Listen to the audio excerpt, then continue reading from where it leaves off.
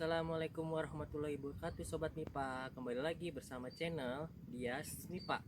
Mudah, ingat, paham, asik. Hai Sobat MIPA, jangan lupa ya kalian like, comment, share, dan subscribe ya.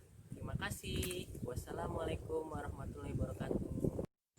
Perlu Sobat MIPA ketahui bahwa setiap benda mati ataupun hidup yang ada di dalam semesta ini terdiri atau tersusun dari atom-atom yang sangat kecil yang tidak dapat dilihat oleh mata telanjang.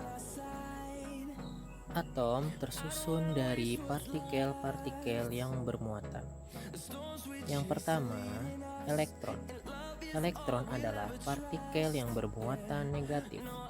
Elektron terletak di kulit atom yang fungsinya mengelilingi inti atom pada lintasan tertentu. Yang kedua, proton. Proton adalah partikel yang bermuatan positif. Yang ketiga, neutron. Neutron adalah partikel yang tidak bermuatan.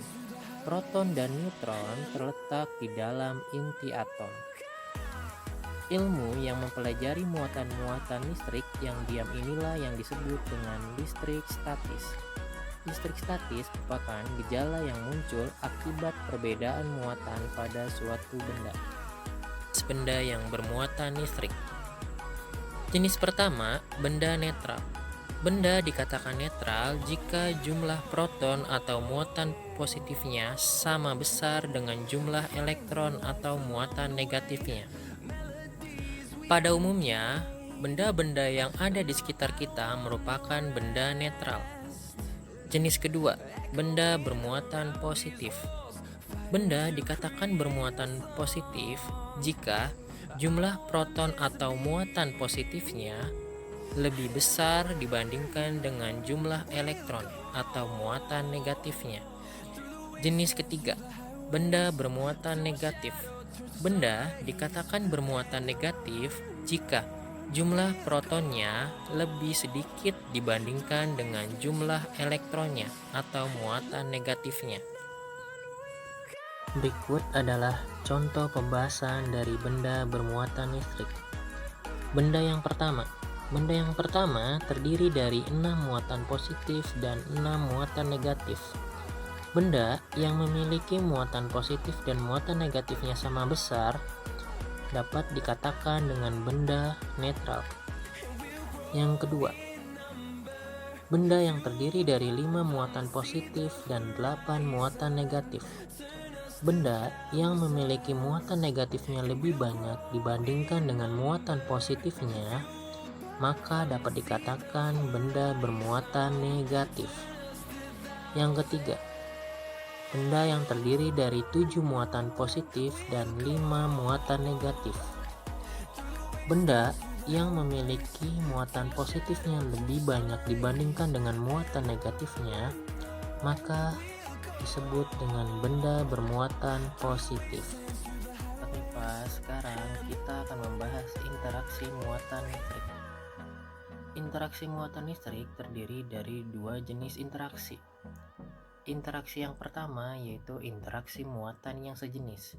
Contohnya adalah elektron dengan elektron dan proton dengan proton. Interaksi muatan listrik yang sejenis adalah interaksi yang saling tolak-menolak, yaitu ketika proton didekatkan dengan proton maka akan saling tolak-menolak. Jenis yang kedua yaitu interaksi muatan listrik yang berbeda jenis.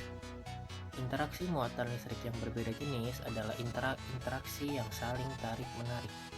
Contohnya adalah ketika proton didekatkan dengan elektron maka akan saling tarik-menarik. Besarnya tarikan dan tolakan dari kedua muatan akan kita pelajari pada hukum Coulomb. Halo Sobat MIPA, sebelumnya kita sudah membahas 3 jenis benda yang bermuatan listrik. Sekarang kita akan membahas tentang bagaimana cara membuat benda bermuatan listrik. Terdapat 3 cara. Yang pertama yaitu dengan cara menggosok. Yang kedua dengan cara konduksi. Yang ketiga, dengan cara induksi. Selanjutnya kita akan membahas cara membuat benda menjadi bermuatan. Di sini terdapat jenis-jenis interaksi yang sering keluar di dalam soal. Interaksi yang pertama yaitu antara benda plastik digosok dengan kain wol. Interaksi yang kedua yaitu antara ebonit digosok dengan kain wol. Interaksi yang ketiga yaitu antara kaca digosok dengan kain sutra. Interaksi yang keempat yaitu sisir digosok dengan rambut. Pada interaksi yang pertama yaitu benda plastik digosok dengan kain wol, maka akan menghasilkan plastik yang bermuatan negatif dan kain wol yang bermuatan positif. Kenapa? Karena pada plastik menerima elektron dari kain wol, sedangkan pada kain wol melepas elektron ke plastik. Maka plastik menjadi bermuatan negatif dan kain wol menjadi bermuatan positif. Interaksi yang kedua yaitu ebonit digosok dengan kain wol, maka menghasilkan ebonit yang bermuatan negatif dan kain wol yang bermuatan positif. Yang ketiga, antara kaca digosok dengan kain sutra, di mana kaca bermuatan positif dan sutra bermuatan negatif. Yang keempat, yaitu antara sisir digosok dengan rambut, yang hasilnya sisir bermuatan negatif dan rambut bermuatan positif. Halo Sobat MIPA, sebelumnya kita sudah membahas tentang interaksi antar muatan listrik, yaitu ada interaksi antar muatan listrik yang sejenis dengan interaksi antar muatan listrik yang berbeda jenis. Interaksi antar muatan listrik yang sejenis contohnya antara elektron dengan elektron dan proton dengan proton, yaitu interaksi yang saling tolak-menolak. Sedangkan interaksi antar muatan listrik yang berbeda jenis, contohnya proton didekatkan dengan elektron, yaitu interaksi yang saling tarik-menarik. Interaksi yang saling tarik-menarik dan saling tolak-menolak disebut dengan gaya listrik, yaitu besar gaya listrik yang terjadi antar dua buah muatan atau lebih dapat ditentukan dengan menggunakan hukum Coulomb. Sobat MIPA, selanjutnya kita akan membahas tentang hukum Coulomb. Hukum Coulomb pertama kali dikemukakan oleh Charles Augustin de Coulomb pada tahun 1785. Hukum Coulomb atau gaya Coulomb disebut juga dengan gaya listrik, yaitu gaya tarik-menarik atau gaya tolak-menolak antara dua muatan listrik yang sebanding dengan muatan listrik masing-masing dan berbanding terbalik dengan kuadrat jarak pisah antar kedua muatan listrik. Ketika dua muatan, maka akan ada gaya tarik-menarik atau gaya tolak-menolak. Nilainya sebanding dengan muatan listriknya dan berbanding terbalik dengan kuadrat jaraknya. Gaya Coulomb sebanding dengan muatan listriknya, artinya semakin besar muatan listriknya, maka gaya Coulombnya juga semakin besar. Gaya Coulomb berbanding terbalik dengan kuadrat jaraknya, artinya semakin besar jarak pisah antar muatan listrik atau semakin jauh jaraknya, maka gaya Coulombnya semakin kecil. Perlu Sobat MIPA ketahui bahwa jenis muatan benda tidak mempengaruhi besarnya gaya Coulomb, namun hanya menunjukkan interaksi muatan listriknya. Sebagai contoh, jika ada muatan dengan tanda positif dan tanda negatif, itu tidak mempengaruhi besarnya gaya Coulomb, namun hanya menunjukkan interaksi muatan listriknya. Apakah muatan listriknya saling tarik-menarik ataupun saling tolak-menolak. Berdasarkan pengertian hukum Coulomb di atas, dapat kita tulis secara matematisnya adalah F sama dengan K dikali QA dikali QB dibagi R kuadrat, yang dapat kita hafal yaitu kaki per rusak, di mana F adalah gaya Coulomb satuannya Newton.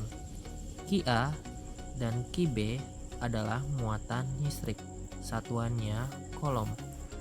R adalah jarak antar muatan listrik, satuannya meter. K adalah konstanta Coulomb, nilainya tetap yaitu 9 dikali 10 pangkat 9. Buat MIPA, selanjutnya kita membahas tentang perhitungan gaya Coulomb.